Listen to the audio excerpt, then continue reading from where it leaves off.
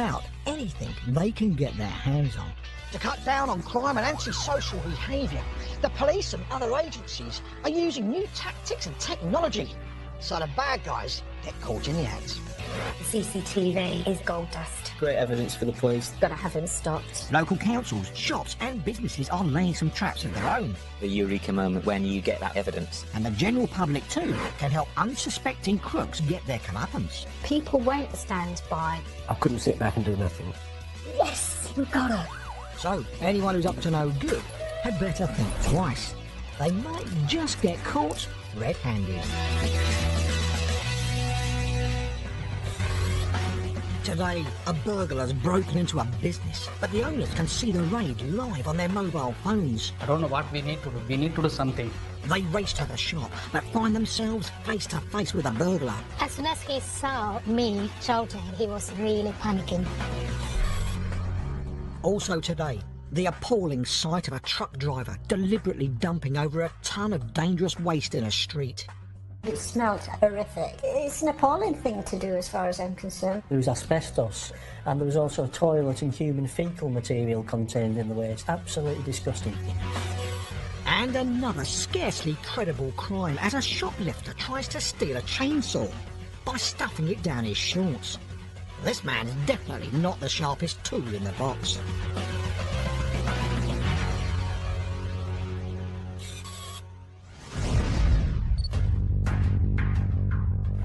Derby, in the East Midlands. It's the early hours of the morning, and a burglar is raiding a local store. What he doesn't know is that the shop's horrified owners are watching him live on their smartphones at home as he steals their goods. He was inside, terrifying. It's my place. Somebody is stealing my stuff, so I get angry. But the couple are so shocked by what they're seeing, they now make a serious mistake. By pressing the wrong button on their phone, they cancel the shop's alarm, which means the police aren't alerted. Realising their error, the couple believe the only way to catch the man is to rush to the shop themselves. I don't know what we need to do. We need to do something. With the thief about to escape with thousands of pounds worth of their goods, the chase is on, and it's going to end dramatically.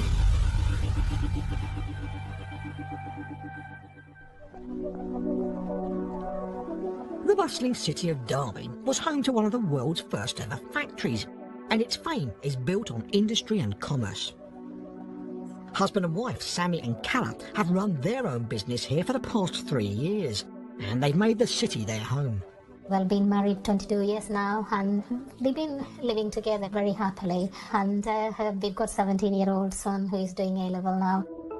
At one end of their business premises, Sammy and Calla have a convenience store, and at the other, they run a restaurant.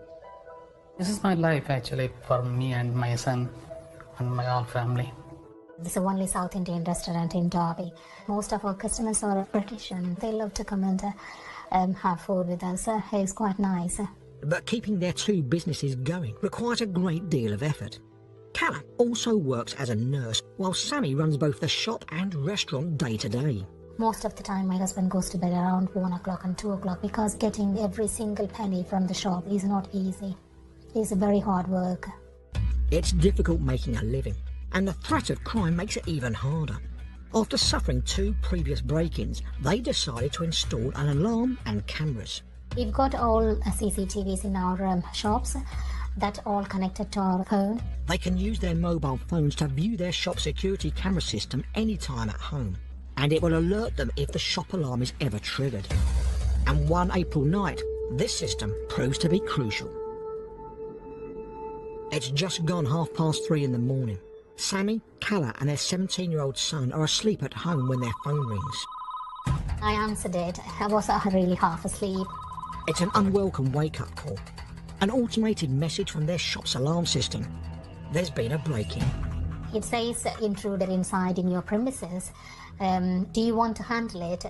If you want to handle it, you press 1. If you don't want to, then it's press 2, it goes to the police.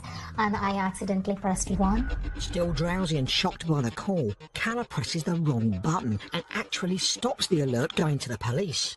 Literally made me jump. Oh my God, I pressed wrong button, so I have to tackle this. Calla desperately shakes husband Sammy awake.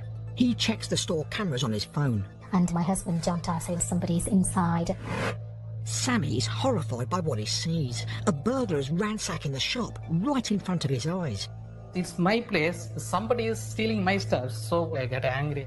It's really, why they do it to us? That's my, why? The burglar's unaware a silent alarm's been triggered. He's turned over the restaurant, busts through into the stockroom, and now grabs what he can from behind the shop's counter. I don't know what we need to do. We need to do something. Knowing the police haven't been called, Sammy believes it's down to him to rush to the shop and stop the burglar. It's only a few minutes' drive away. Calla holds back for a moment to make a 999 call to the police. And said to them, I have to go. Can you send the police? I have to put the phone down. Calla runs to Sammy, who's about to drive off. I said, no, you no need to come. She said, no, I won't allow you alone, so I'll come with you. The couple set off in the car. We've been both talking about what we are going to do. I didn't plan anything, just we wanted to go and catch him. Meanwhile, at the shop, the cameras show the thief is stuffing packs of cigarettes into a bag. Hearing a noise outside, he pauses. But it's not Calla and Sammy he's hearing. It's a newspaper delivery driver dropping off the morning papers, completely unaware of what's going on inside the building. Hearing the noises outside, the burglar decides it's time to get out, so grabs the loot, picking up the shop's safe too. Knowing there's someone outside, he runs through to the stockroom, desperate to find another way out of the store. It's at this moment Sammy and Calla arrive outside. They pull up next to the newspaper van. My husband's a newspaper delivery man. Calla tells the delivery driver about the burglar inside the shop. She begs for his help, and she gets it. He didn't think second thought or anything. Just instantly said yes. Brave man. They split up to look for the burglar. The driver runs to one side of the building. Sammy and Calla head off in different directions to cover all possible exits. Then Calla spots a fire escape door as ajar. So I was just putting my feet a bit higher up to see what's happening, and I was watching the door. Suddenly, she comes face to face with a burglar on the other side of the fence. He stood there. As soon as he saw me here and shouting, and he was really panicking, and he was so stressed out, and he said, bloody hell. While Calla shouts to tell her husband and delivery driver she spotted the thief, the intruder tries to get away by climbing over a wall. She shouted, he's escaping, help, help. Sammy realises the burglar's heading to the building next door and runs round. I wanted to catch him. He sees the man jumping down from this wall and tries to grab him. I started to catch him, but I lost my balance, so I fell into the floor, and there was some stone and nails were there. That's why my hand was injured. In the meantime, he jumped on the floor and started running towards the gate. But the burglar's running into trouble because Calla and the newspaper delivery driver are coming round the corner. I said, can we catch him, please? Go and catch him, go and catch him. So we literally ran. The driver grabs the thief and so does Calla. It took a while for us to stop him. We both need to force him to sit down on the floor. Then I said to him, calm down. You can't escape from this. Finally, the burglar stops struggling. My heart was going like galloping like a horse. In the meantime, the police, within a minute, they came here. A police officer comes over and handcuffs the burglar. I said to him, thank God you are here. But still, I couldn't talk to him any further because, I was so breathless. And they took him from us and arrested and took him to their car. The public-spirited newspaper driver gets back to his delivery round while police officers check the shop. He broke 3 doors and a lot of damage he did. But they stopped the thief from getting away with £8,000 worth of their goods. A stunned Calla and Sammy return home, back to the bed they left less than an hour ago. And what an hour it's been. I couldn't believe that's what we did, got him. And I literally went up to wake my son to tell what happened. He still was in sleep, bless him. In court, the burglar is sentenced to 20 months in prison. For their actions, the couple were awarded £500 each for bravery, as was the delivery driver. After everything happened, I said to him, thank you. Sammy's particularly impressed by Calla's part in catching the burglar. She was running here and there, and she was giving instructions, so I am proud of her. I really amazed myself how I could react even in it's a stressful situation. Just a few seconds, everything happened, and we got him. Confronting a criminal is best avoided. But if we're unlucky enough to come face to face with an intruder in our homes, what should we do? The number one thing is your safety. So running away or hiding is absolutely the right thing to do. The best thing you can do if an intruder is on the premises is think of an escape route. Always think protecting yourself and others that are with you. You could call 999 and you don't have to speak. The police will still be able to listen to everything that's been said, and obviously this could be essential evidentially later on in court. The worst thing you can do is corner an offender, become aggressive and challenge them. Fight or flight is a basic human instinct, so that'll apply to the criminal as much as you. If you remove the flight option, then effectively you've got a fight on your hands. Try and remain calm, call for the police, we'll respond. Don't make the situation any worse than it needs to be.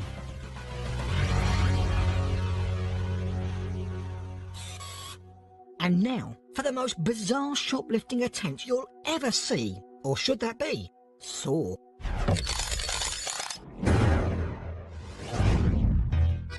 In a garden equipment shop, this man has picked up a big orange chainsaw.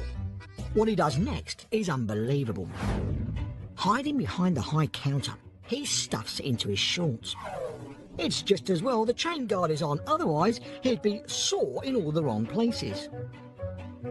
Attempting to conceal it under his t-shirt, he saunters out of the store.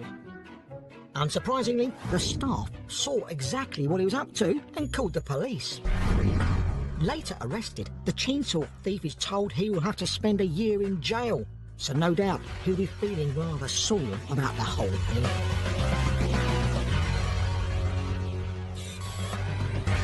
Coming up, a pair of bad pennies break into a museum and shop and steal a treasured collection of antique coins. It was years of collecting. I was sickened. But then the thieves try to spend the vintage coins at a supermarket. Not the brightest of couples. Most of us dispose of our rubbish carefully. But some people's idea of taking care of their waste is to tip it outside other people's homes, and sometimes on a massive scale.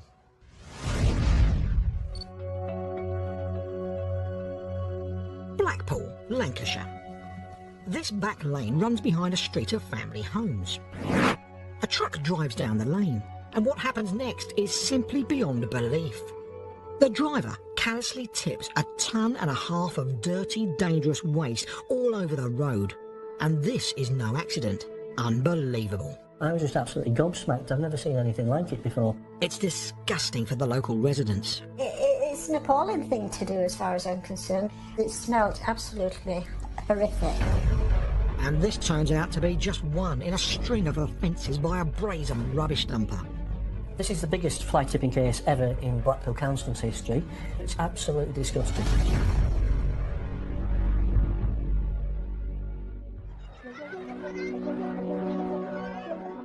Blackpool is famous for the Tower, the Golden Mile, beach and its illuminations. But recently, a shadow was being cast over this bright, colourful resort by the large-scale dumping of rubbish in parts of the town. Tim Coughlin works for Blackpool Council. There are many different types of fly tipping. There's a small bag of rubbish being dumped in the street, right the way through to commercial fly tips. Commercial fly tippers are rogue traders who charge customers to get rid of rubbish for them. But to avoid the costs of proper waste disposal sites, they just dump it illegally. And the council have to clean it up. Which is costing well over £500,000 every year, when there are so many causes that money could be used for. And Tim believes dumping rubbish causes neighbourhoods to deteriorate. There's actually a theory that if an area appears to be unkempt, then people think it's all right to commit further criminal offences in that area. So it's also a possible increase in crime and people's fear of crime from those fly tips. Blackpool resident Vivian has seen how illegal dumping can affect the neighbourhood. She and her husband moved here 35 years ago to raise their family. Moved in the 1st of July 1980, and it was a lovely community at that time. We sort of watch out for each other. If anybody goes on holiday, we keep an eye on things for each other and this sort of things. Then, a few years ago, waste started to appear in the lane behind their house. Televisions, sofas, fridges, One of our neighbours, she's on dialysis, and numerous times it's stopped ambulances actually coming down the back because of the rubbish that's there. Each time the council cleared it up, more rubbish would appear. Then Vivian notices that crime starts to rise. The community deteriorated over that period of time. In 2004, there had been some vandalism on my house. My husband was really upset about it, so he actually had cameras installed both front and back of the house. The cameras act as a deterrent and most of the problems stop. Now, years later, Vivian's children have moved out and her husband has passed away. My daughters want me to move, but I've lived here 35 years now. There's an awful lot of good memories, and I don't want to move. I love the house. But one day recently, Vivian had a shock when she came out to find mattresses and sofas strewn the entire length of her back lane. Unfortunately, her cameras didn't offer many clues. The black and white camera wasn't working very well, so I decided to heck with it. I'm going to have new ones installed. The new cameras soon proved crucial. It's a Monday morning, just gone 9:30. Vivian is sitting at her computer. And I heard this almighty bang. Looked through the window and saw the lorry flying by. She rushes out the back to see the lorry disappearing round the corner, and what's left behind on the road is staggering. It was absolutely horrendous. It started in front of my garage, all the way past my gate, all the way up, almost to the top of the alleyway, and it stunk like sewage out of ditches or whatever. Vivian's neighbour also can't believe what he's seeing and smelling. I said to him, "Don't worry about it, I've caught it on camera." And this is what the cameras have captured. A driver in a tipper truck drives down the lane. Travelling at speed, he raises the bag and recklessly empties its contents. I just find it appalling that anybody could do it to other people. I just get angry about it. Vivian calls the council right away. Obviously, officers responded within the hour to get down there to seal off the area to make sure that nothing was going to cause any immediate public health issues. And there are some big health issues. One was the fact that there was asbestos amongst the rubble, and there was also toilet and human faecal material contained in the waste. Imagine, for instance, if children were deciding to play down that back alleyway. Absolutely disgusting. Determined to catch this fly tipper quickly, Tim is grateful for the footage from Vivian's cameras. This is manna from heaven when it comes to proving the evidence for the prosecution. The number plate of the truck is clearly visible. The registration mark of that vehicle is checked to ascertain who the owner of the vehicle is. They get the name of the truck owner and find that he runs a waste disposal firm. To help build their case, before they clear the rubbish from Vivian's back lane, the council officers have the horrible task of searching through it for clues. It could be invoices, it could be letter headings, anything that identifies where the rubbish has come from. They find the rubbish is from a building company. And they were visited to find out, did you dump this rubbish? They reveal they paid a man to dispose of it for them, and they give his name to Tim's team. It turns out he is an associate of the truck's registered owner. It so happens that a member of Tim's team has dealt with the suspect before, and by coincidence spotted him driving past on the same day of the fly tip. One of our officers witnessed this individual wearing this striking T-shirt in the same registration mark van that was on the CCTV coverage. Now Tim and his team can prove who dumped the waste, they decide to widen their investigation. When officers start to analyse previous complaints around fly tipping, there is other intelligence that links this particular individual to other fly tipping offences. They painstakingly unearth evidence that connects the driver to 9 other cases of fly tipping and the owner of the truck to 4. He's a serial fly tipper, and this is the biggest fly tipping case that Blackpool Council has ever prosecuted. In court, the driver is sentenced to 39 weeks in prison, suspended for a year.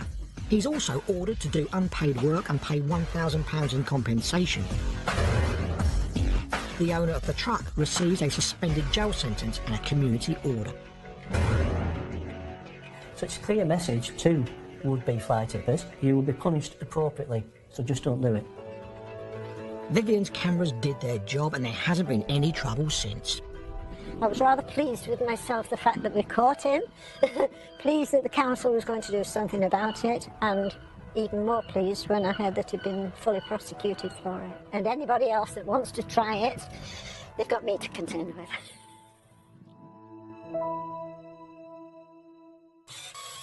These old-fashioned coins might be worth a pretty penny to a collector, but you wouldn't be able to use them at your local supermarket. And surely no one would be silly enough to try and spend them nowadays. Or would they? In a shopping arcade in Bolton, this coin collector's museum and shop has shut its doors for the night. But these two want to open it again. They don't use a key, as you're about to hear. They just throw a brick through the window and lay waste to a man's lifetime collection of rare coins. It was years of collecting, and I was sickened. But these two try to spend their loot and find crime doesn't pay. They're trying to use the large 5p's, the large 10p's and large 50p's, not the brightest of couples. Best not to get caught short when you're trying to spend a penny. Northwest of Manchester, the town of Bolton is home to old soldier Stan. Pennywise Money Museum and Coin Shop is his passion. It's taken him decades to build up a huge collection of unusual old coins. This is 8 reals, which is also known as pieces of 8, the old pirates and everything else. They were made in full silver, and 10 of them was equivalent to the gold doubloon. Stan offers advice to fellow enthusiasts, as well as buying and selling coins and other collectibles. Light infantry, here. That's the one. Yeah, that's the one. I enjoy the challenge, you know. What is this? What is that? And I'm pretty good at what I do.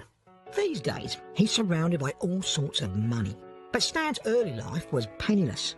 Born in the middle of World War II, by 1946 his family were homeless. When I was about 4 years old, me and my brother were found living in a car, and we both had pneumonia. And my brother died, but I survived. And from there, they put us in a Dr. Bernardo's home.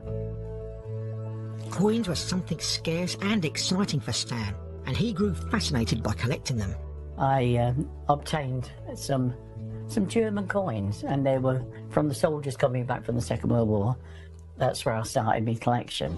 At 18, he joined the Royal Engineers, travelled the world and started to collect foreign coins. And each place I went, these bags of coins were getting bigger and bigger, but they had to be something unusual. I couldn't stop then, it was a bug. While touring the Far East, he met May. She was just a lovely person, still is. Kindest person I've ever known. But later in life, May is diagnosed with Alzheimer's. Stan becomes her full-time carer. I was always looking after her, because I do everything. But it was too much for me. Stan organises carers to look after May during the day and gives some attention to the other great love of his life, his passion for coins. So he opens the Pennywise Coin Shop and Museum. My wife is the most important thing, but it does give me great satisfaction to actually have a shop here and do something I wanted to do many years ago. But recently, Stan's peace was shattered by 2 unwelcome visitors to his shop. What happens is recorded on the arcade's CCTV. It's 5:20 in the afternoon, and as the paying customers leave, 2 men with no intention of paying wait behind. They head for Stan's museum. One keeps lookout while the man in the hat moves into the alcove by the museum door. The lookout goes outside to make sure the coast is clear. The thieves talk on the phone. There's no one around. The man smashes the window and grabs Stan's treasured collection, including sets of mint-condition coins in their original cases. The lookout walks off. The man with the hat and the bag of loot isn't far behind. It's taken the thieves just 2 minutes to steal part of a collection that's taken Stan over 60 years to create. Next morning, on his 73rd birthday, Stan arrives at the museum to find the shop window smashed. It was quite devastating, really, because it was years of collecting, and I was sickened. The police are called and the arcade CCTV camera is checked. Even now, it's difficult viewing for Stan. I think he's raking the stuff through the window. Really, really annoyed, you know. But while the police are still at the shop, they get a call from a nearby supermarket. Two men are trying to spend old-fashioned coins. They're trying to use coins, but they're half-pences. A little thing that went out in '84. The large 5p's, the large 10p's and large 50p's. Not the brightest of couples. Supermarket staff delay the pair of penny-pinching crooks while police rush to the store. And they were still at the tills, and their pockets were bulging with coins. The pair are arrested. But Stan's heartbroken to discover his pristine coins are no longer in their cases. These are mint coins, unscratched, unhandled by, you know, unless with gloves. And they scratched every single coin as they took it out the containers, you know. They're just, in other words, scrap now. Determined to see the men get their comeuppance, he decides to go along to the court case. And the judge said after a bit, well, I find you guilty. Now get them out of here. It's like, she said, take them down. That's what she said, yeah. I thought, great. After foolishly trying to spend Stan's money, this pair end up spending time. They are both sentenced to 26 weeks in prison and ordered to pay compensation. Stan has found a positive side to the theft. It's been good advertising in one way, because people do come in and says, oh, I saw you in the paper.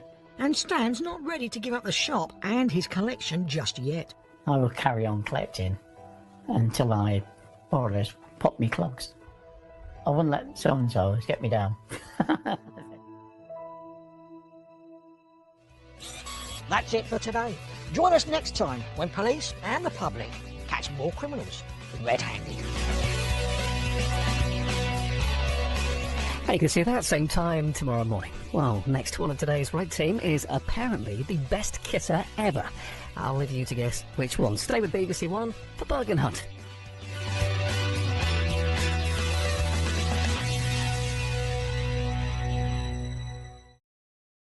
A business, but the owners can see the raid live on their mobile phones. I don't know what we need to do. We need to do something.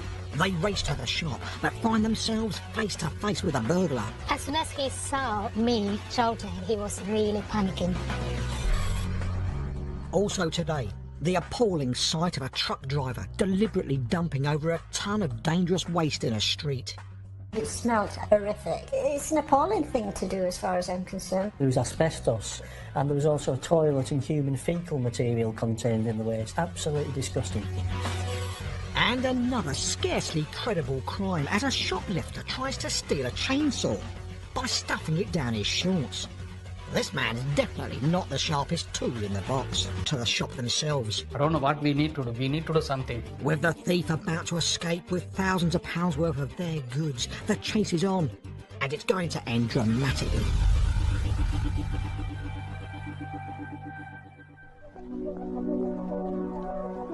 The bustling city of Derby was home to one of the world's first ever factories, and its fame is built on industry and commerce. Husband and wife Sammy and Calla have run their own business here for the past 3 years, and they've made the city their home. Well, been married 22 years now, and we've been living together very happily. And we've got a 17-year-old son who is doing A-level now. At one end of their business premises, Sammy and Calla have a convenience about anything they can get their hands on. To cut down on crime and antisocial behaviour, the police and other agencies are using new tactics and technology, so the bad guys get caught in the act. CCTV is gold dust. Great evidence for the police. Gotta have him stopped. Local councils, shops and businesses are laying some traps of their own. The eureka moment when you get that evidence. And the general public too can help unsuspecting crooks get their comeuppance. People won't stand by. I couldn't sit back and do nothing. Yes, we got her. So, anyone who's up to no good had better think twice. They might just get caught red-handed. Today, a burglar's broken into a door, and at the other, they run a restaurant. This is my life actually for me and my son and my whole family. It's the only South Indian restaurant in Derby. Most of our customers are British and they love to come and have food with us. It's quite nice. but keeping their two businesses going requires a great deal of effort. Callum also works as a nurse, while Sammy runs both the shop and restaurant day to day. Most of the time my husband goes to bed around 1 o'clock and 2 o'clock because getting every single penny from the shop is not easy. It's a very hard work. It's difficult making a living, and the threat of crime makes it even harder. After suffering 2 previous break-ins, they decided to install an alarm and cameras. We've got all...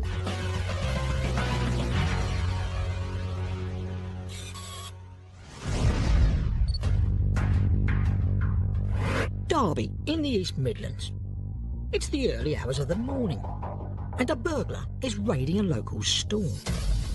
What he doesn't know is that the shop's horrified owners are watching him live on their smartphones at home as he steals their goods. He was inside, terrifying. It's my place. Somebody is stealing my stuff, so I get angry. But the couple are so shocked by what they're seeing, they now make a serious mistake. By pressing the wrong button on their phone, they cancel the shop's alarm, which means the police aren't alerted. Realising their error, the couple believe the only way to catch the man is to rush